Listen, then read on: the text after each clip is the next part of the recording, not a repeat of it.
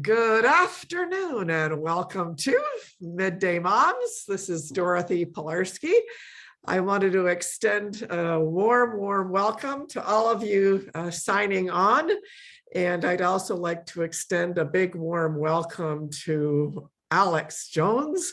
Welcome, Alex. How are you? I am living the dream. How are you doing? Well, I'm not quite living the dream, but I guess speaking to you, I'm almost living the dream. There we go. Yeah, so I just usually take a few minutes to welcome mom signing on. So as you're signing on, if you can say hello to us in the chat box, we always like to know who's here, whether one of our mothers group leaders is here or we like knowing that you're here. So if you could sign on and say hello to us in the chat. Again, some of you have been to all of our sessions. Some of you this might be the first time. So again, my name is Dorothy Pilarski, and on the behalf of CatholicMomsGroup.com, we'd like to welcome you to Midday Moms. We are faith partners with the Archdiocese of Toronto, Canada's largest archdiocese, and we are on a mission to revive the vocation of motherhood. And how do we do this? Primarily by helping parishes start Catholic moms groups. We have helped start over 55 Catholic moms groups, and our ministry is growing as well, not quite as quickly as Alex's, but we now have a mothers group in North Pole, Alaska, and Mississippi, and Minnesota, in Indiana, and next week we're starting 4 in the Diocese of Peterborough. We're with the Diocese of St. Catharines. So we're super excited that you're here. A big warm hello to Sandra, Tatiana, Amber. Hey girl, she's one of our mothers group leaders in Minnesota. So excited to be here. We're so excited that you are here.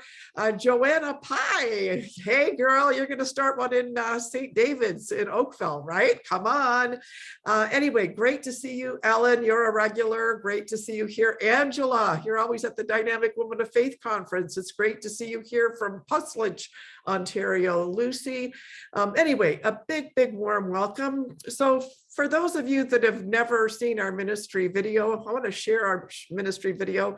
It's 3 minutes. We put a lot of love into it, so we hope that you enjoy it, because the real reason we host these sessions, ladies, y'all know, we're looking for Catholic moms group leaders.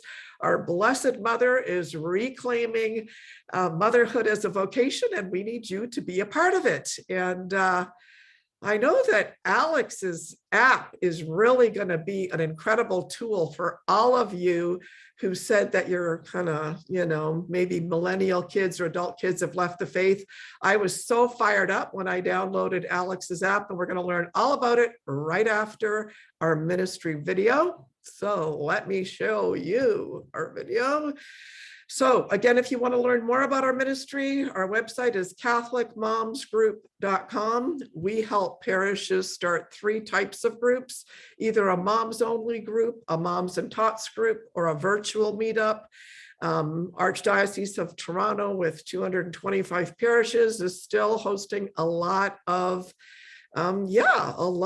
virtual meetings, but that's okay. We're prepared. So here's our short ministry video. Mothers, by our very nature, we are nurturing, loving caregivers. We are social beings, made for friendship and community. We are also spiritual by nature, made by a loving God to know Him and love Him, and to pass this love of our Catholic faith on to our children. But right now, many mothers feel overextended, distracted, and exhausted. Though as Catholics, we have the community of our church, many mothers attending Mass could not name the moms sitting next to them in the pew they share. Community and support among Catholic mothers is desperately needed in this hectic and chaotic culture. Your parish needs you to bring these moms together. Hi, my name is Dorothy Pilarski. I'm the founder of Catholic Moms Group. We at Catholic Moms Group are on a mission to revive the vocation of motherhood. We exist to bring together like-minded, faith-filled mothers who crave community and are focused on spiritual growth, Catholic teaching, and fellowship. Can you imagine a thriving, engaged mothers group at your parish? A group of moms in love with their Catholic faith, ready to serve other mothers no matter what stage of motherhood they're at? Can you imagine what a difference that would make at your parish? Starting a mothers group, it's not rocket science, but working with a team who's done it before and who's done it dozens and dozens of times sure does help. The Catholic Moms Group membership site is an online community that offers training, resources, and dozens of tools for parishes to help them start a mothers group quickly and efficiently. We're here to provide you with a clear path to launching a Catholic Moms Group at your parish. All of our materials are 100% Catholic. We have clearly laid out meetup plans for both moms groups and toddler groups. We are obedient to the magisterium of the Catholic Church. We have created dozens of tools that are going to save you time and energy. And besides that, we love our Blessed Mother. We constantly turn to her for her intercession. You can make a huge impact in your parish, so join us. We are revolutionizing the way parishes start mothers groups by providing parishes with a Catholic mothers group starter kit and by nourishing and training a community of Catholic mothers group leaders across the world. It's time to start a mothers group at your parish. Join us today.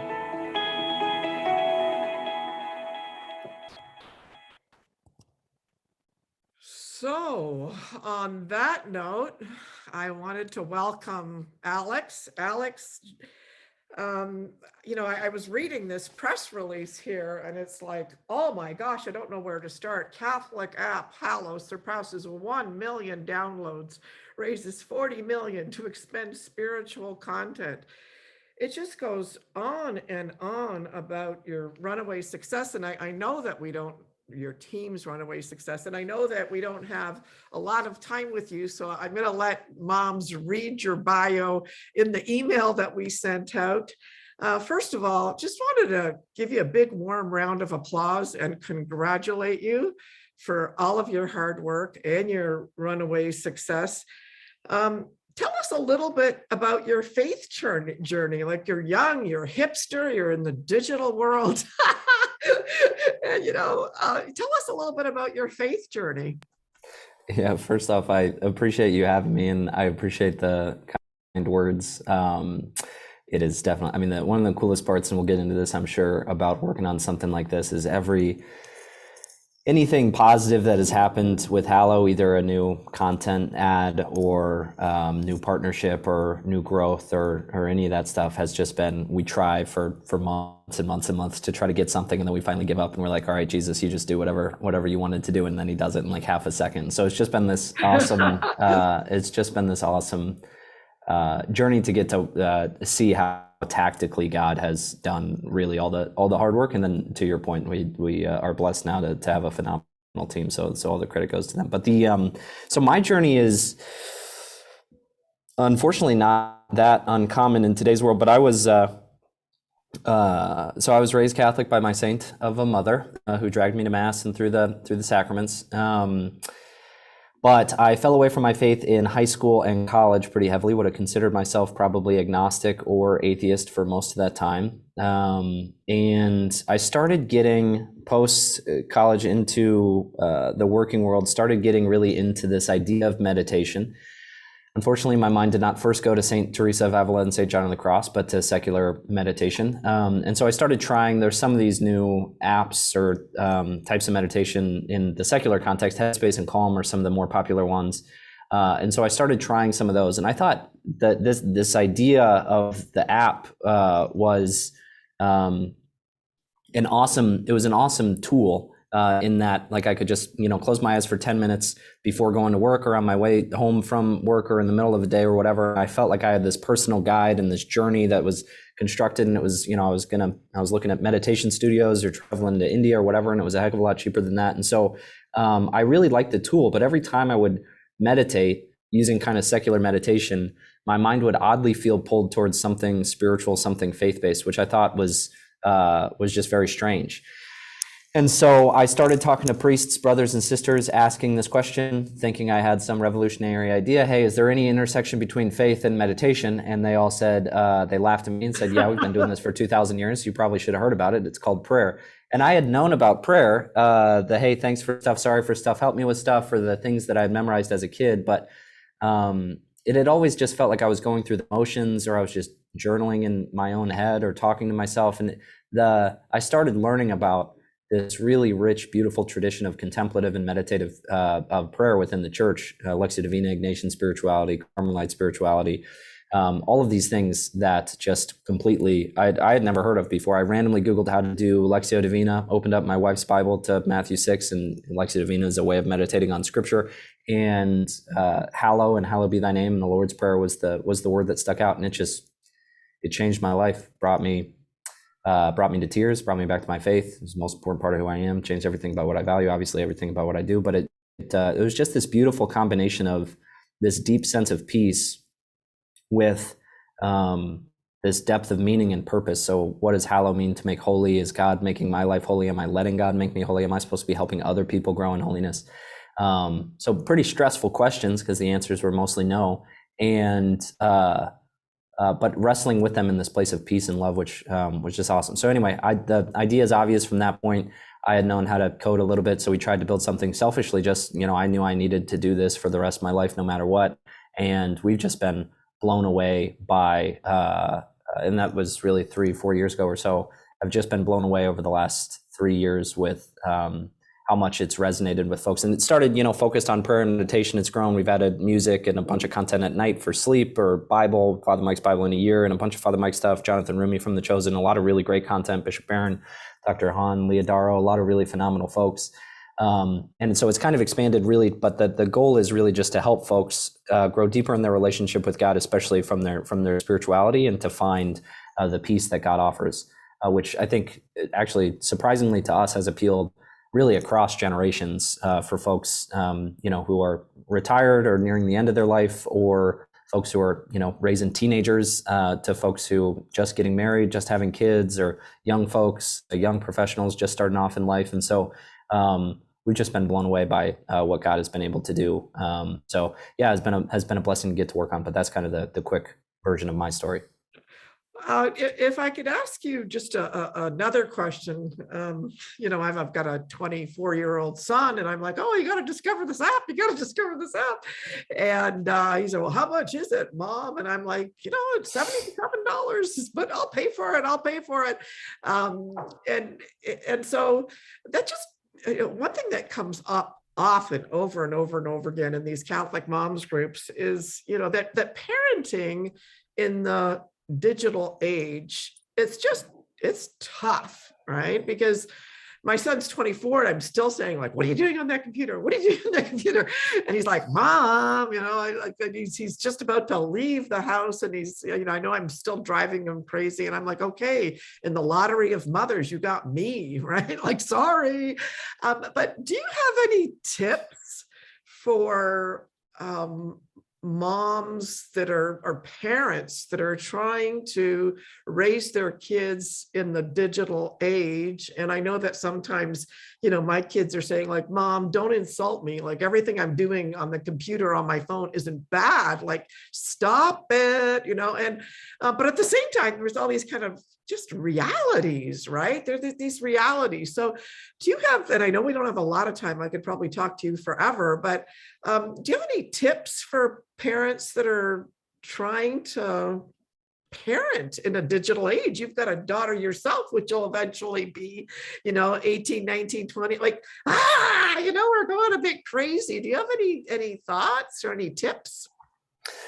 Well, the first thing, so you mentioned I did just want to throw out that there is a totally free version of Hallow. You download it and you can skip the subscription. We give a ton of content away for free, so folks should be able to use it forever to get a taste of it without having to sign up for the subscription, okay, I didn't know which that. unlocks the rest, which is how we support ourselves. And actually, the big thing there is a bunch of folks will download free apps, especially young folks. And what we've seen actually is the hardest part about building a habit of prayer is just investing in your own life. And so we give away a lot of, it's really important for us for folks who can't afford a subscription, but for folks who can, we see way higher retention, way more effective habit building, especially with young folks, when you actually put some amount of skin in the game, you're like, hey, this is actually worth something to me. Yeah, there's some meat on the bone. Yeah, there's some meat on it's the like, bone. I did pay for that thing. I should probably use it. I mean, I do get this question a good bit. I guess a few thoughts. The one is, had you asked my mom 5, 7 years ago, 8 years ago of your kid, I have 3 siblings, of your 4 kids, what, who's most likely to do something in the Catholic world or build an app, or even in our town or in our city or in the state or in the country, who's most likely to do that, I would have been the last on the list. So I think a piece of it is,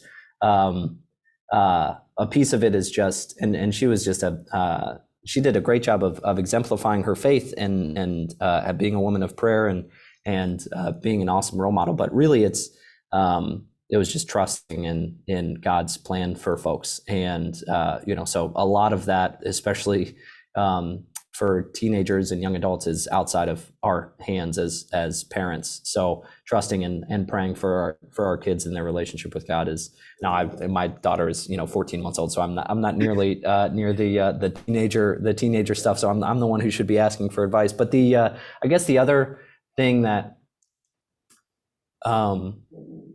the couple things, the big thing that we get really excited about at Hallow is that in this age of technology, there is actually just an enormous amount of stress and anxiety that creates for both young women and men. But you just get like 75,000 notifications to your phone every second. You have to keep like 20 Snapchat streaks alive. You have to figure out how many people are liking your thing on Instagram, what so-and-so said in the comment thread on TikTok, group me texts, emails for school and grades and all the normal stuff that kids have to deal with, on top of all this social anxiety that is only made. And you're only seeing folks at their best, like their best possible. Your Instagram photo of whoever is just, especially for my daughter, I just am petrified of, just growing up in that environment where you're only seeing folks in best photos of themselves, and the amount of questions and anxiety that must produce, especially in a young person's mind, is must be exhausting. And I think the exciting part for us is that our faith just offers this beautiful sense of peace. I feel like it gets most folks focus on, hey, this is why you should be Catholic. These are the things you should believe. This is why we believe this thing about this, debated subject or whatever, or the theology, which is actually, super important and really beautiful. And I think folks do a great, Bishop Barron, Father Mike, I think do phenomenal jobs of Dr. Hunt. I think a lot of folks do really great job of explaining the truth of the faith. But I think what we've seen, at least young folks get really pulled into is this offer of peace, and like this, hey, look, you can get away from all of this constant connectedness, and there is a place of peace. And technology, honestly, there are so many dangers to it, and so many downsides to it, that it's not irrational at all to be worried about what your kids are doing on their phone, or that they're addicted to their phone. I think there's a lot of data and studies that a lot of technology is really awful, but it's a tool that we can use for good. And the thing that I think, someone explained early on when they were using Hallow, like, hey, you're in a city and it's hustling and stressful, and everybody's honking, and you got to go to work and you got to find a place for lunch and all this stuff. And then you walk into a church and it's kind of like, oh man, this is a different space. And the thing that we get really excited about with Hallow is, like, how can you build that on your phone, where you have a notification, a little red button pops up, and you have a text from somebody and a thing you have to do for work or whatever, or school or whatever. And then you enter this place that's like, hey, I'm going to dedicate this part of this phone to God. And the things we also try to build as much as we can to reach out to folks in, ways that maybe aren't just like, hey, you should pray, although that's a great one. But hey, at night, you're stressed, you're anxious, you can't fall asleep. Maybe try some scripture. It actually helps a lot with me kind of letting go of my stresses and fears. Or, hey, there's actually really beautiful music that you should check out, old school Gregorian chant or contemporary music. Hey, if you ever wanted to dive deep into the Bible and really understand what the Bible is about, there's a bunch of that stuff. Or just, learn how to meditate from a faith perspective. I think there's a lot of those things that young people especially get attracted to. Actually, the best part about our thing is most of the time it's the opposite. So children are telling their parents about it. Young adults or young professionals are telling the parents, which is one of the more exciting pieces. But I don't know if that's a ton of super helpful feedback, but that's at least how we think about it at Hallow. Well, so I guess what I'm hearing is that, hey, moms, if you're worried, probably is a good thing that you are worried. Amongst all of the different, apps and pressures, why not have Hallow in there so that it can offer some peace? I think Alex hit on something very, very powerful. It's just this whole idea, I think, that very often as mothers, we're always saying, did you say your morning prayers? Did you, and so we can become a little bit of, a nag, and nagging doesn't actually entice our young adults to practice their faith. So, so I guess that question, we're going to need more professionals. And if you can make any recommendations, maybe in the future, who we can have on, because moms are constantly reaching out to me saying, like, Dorothy, I don't know the digital space as well as my kids do. They might be making remarkable life mistakes and I have no idea. Should I have filters? I'm like, I don't know. I should probably be asking my son and my daughter, who's 26 and recently married. So it is a topic that we'll pick up again. Why do you think that Hallow is such a runaway success? Because there are literally hundreds and dozens of, Catholic apps out there, but yours is just like a zoom. Did you have any ideas on why it's such a runaway success? You'd have to get the real answer. You'd have to ask the big man upstairs. But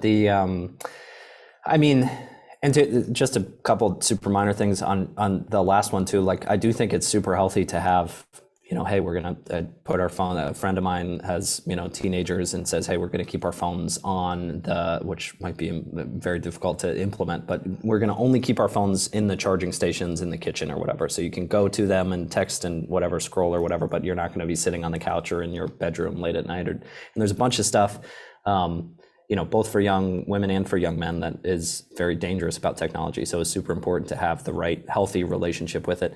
I think for us, just to build off of what I was saying before, I think the thing that gets us most excited, and actually we were talking to a bunch of young women actually who were either in high school or college or just out of college, who were talking about, I think that they all had like 300, 400 day streaks on the app. So we were interviewing them saying, hey, why do you use this thing? Why is it useful? What has gotten you really excited? And actually, a pretty common answer was, my phone, similar to what I was saying before, my phone is so often a place of stress, or me comparing myself to other people. And this is like a way for me to reclaim my phone as something that can be given to God, like a way to sanctify my digital experience.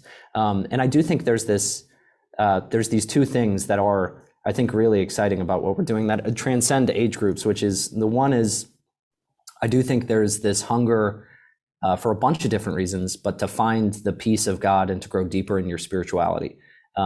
There's just so much going on in the world. Folks are stressed about, exhausted from the pandemic. We've dealt with incredible suffering and grief. There's, hatred and fighting, and the news is never getting more positive. It's just like there's an enormous amount of stress. And then when you think about your digital world on top of that, you just multiply that all by 10. So I do think there's this hunger for peace and spirituality, especially in young folks. My littlest sister is, still in undergrad, and she, like, the most common word used in her friend groups is anxiety. It's just like this. There's just a lot of anxiety because largely, I would argue, because of the digital and social world that they're plugged into so much. And I think the other piece is religion often can get this. Religion often can feel like this.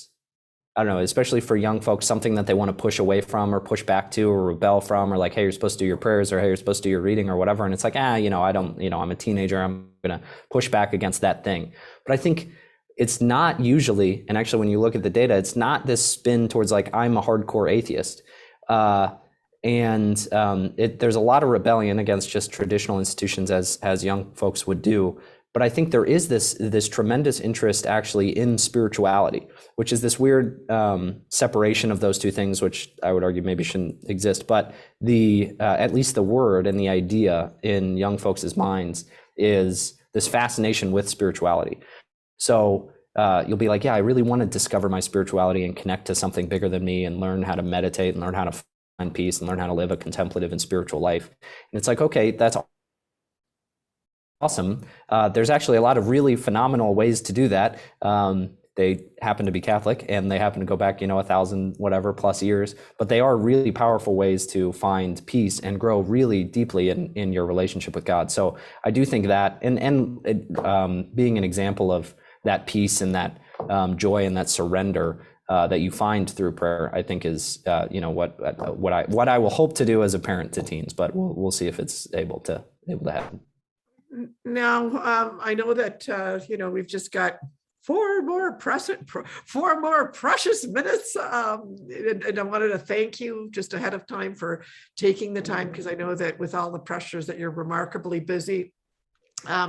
Yesterday, I fired off an email to Kevin, and I said, Kevin, I've got this like amazing marketing idea for Alex, and I'm like 32 exclamation marks and so on and so forth. And he goes, can you kind of rewrite that in a more professional way? And I'm like, well, if I had more time, I would, but I'm busy, so I don't have time to rewrite it in a professional way. But here's the pitch, and here's the idea, Alex, is that Dorothy Pilarski, would personally give this app as a Christmas gift to at least 3 young adults that I know. But I would need a piece from Hallow that says, you got a gift. And for it to be beautiful and it to be cool, so that my son and my daughter and my goddaughter, that they'd want to open it. Right? Because if I send it to them, it's like, oh yeah, there's mama again. Here she is, I'm like, what do you want? I was born in Poland. My birthday's the same day as John Paul II. Of course, I'm crazy, right? And of course, I gave my mom pushback to trust. I did, and it wasn't until I met my husband, who read his way into the faith and is a convert and got 3 master's degrees, that I began to, pay second attention to my own Catholic faith. So, anyway. So the pitch is, can you create something for parents that if they wanted to give that app, so they buy the app and they want to give it as a gift to their young adults, that you guys could create that. So like you'd have 3 right here. And I don't know all the moms here, because we've got a lot of moms that have kids that are kind of like in the fishy mode. And of course, if you offered our ministry a little discount or something, or some, maybe a small, tiny donation every time someone buys through the, anyway, I'm just thinking out loud, because, our ministry is like a thumbnail stamp, but a lot of growth, but a lot of stuff, but we're moving ahead to shake it. So if there's something like that you could create, I'm not asking you to answer that question right now. No, it's a great idea. We have gift cards that you can buy on the website. If you go to hallow.com, there's gift cards that you can get for Christmas. A lot of folks start getting those for Christmas. I think there's a pretty heavy discount on them right now. But the good. Okay. So and then we do for big bulk purchases, we do custom discounts. So we can email trade about that stuff. But I think it's a great point, and the gift cards do work really well for folks. You purchase one and you share it with folks to be able to get kind of access to the full suite of things, and for 3 months or a year or whatever. That's fantastic. I didn't know that. To give, I just bought it hook, line, and sinker. And but I think it's and we should we're continuing to build that out, which I think is a great point to continue to try to create as special of an experience around that as possible. But yeah, I mean, honestly, the primary reason how Hallow grows is just folks sharing it, and so or gifting it, and so is a super important one for us to make sure that is done right. But yeah, the gift cards are the primary way that folks do that today. Okay, so that's what hallow.com, is that right? HALLOW.com? Yeah, and gift cards should be on the very top of it. Yep. And so today's Midday Mom session is a little shorter than it usually is. But before I thank Alex and ask him if he has any closing comments, moms, if you have a very, very quick question, because I promised him we'd be off by 2:00, pop it into the chat. But we can't answer all of the questions. So if there's a quick one, I'm thinking the same thing. Hey, Amber, Mother's Group Leader in Minnesota. Hey. Yeah, I think it's a great idea. I think it's a great idea too for godchildren, right? Like not the 6-month-old, but the 22-year-old godchild.